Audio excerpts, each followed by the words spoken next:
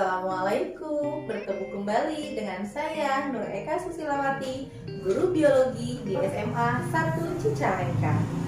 Nah, hari ini kita akan membahas mengenai materi baru dari keanekaragaman hayati atau biodiversitas, yaitu tentang ekosistem darat dan macam bioma. Nah, kita masuk ke materi yang pertama.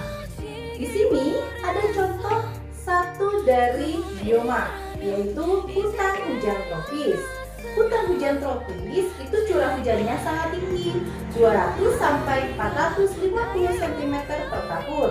Suhunya 21 sampai 30 derajat Celcius. Ciri-ciri dari hutan hujan tropis adalah pohonnya tinggi dan berkanopi. Contohnya adalah tumbuhan liana dan tumbuhan epifit. Nah, selanjutnya adalah sabana. Sabana merupakan padang rumput yang dikelilingi pohon dengan curah hujan antara 90 sampai 150 cm per tahun.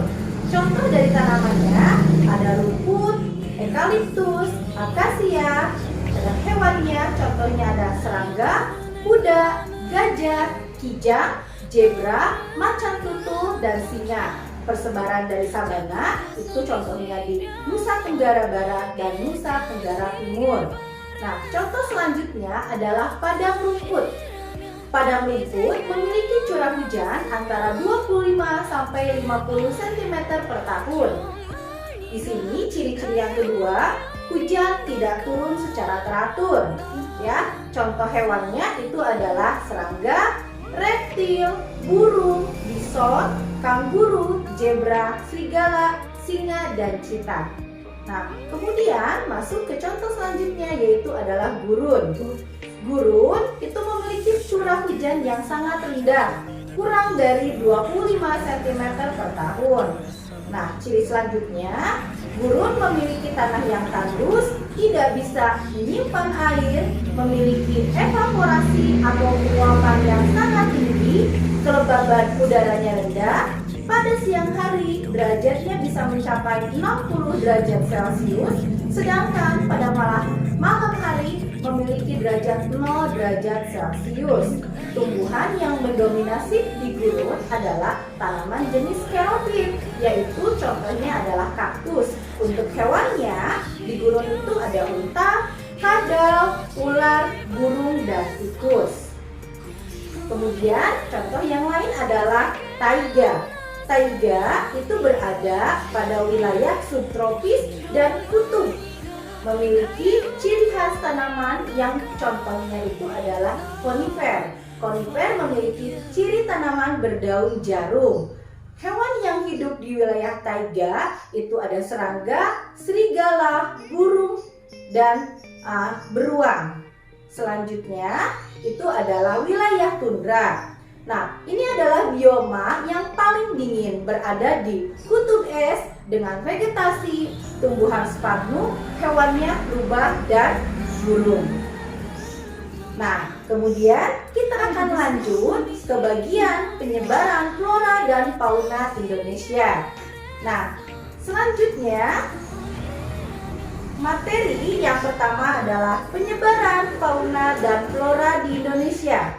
Indonesia masuk ke dalam kawasan Melesania, ya. Kawasan Melesania yaitu memiliki hutan hujan tropis yang persebarannya di wilayah Sumatera, Kalimantan, Papua, Sulawesi, dan Jawa Barat bagian selatan. Selanjutnya adalah sabana. Sabana berada di wilayah Madura dan dataran tinggi Gayo.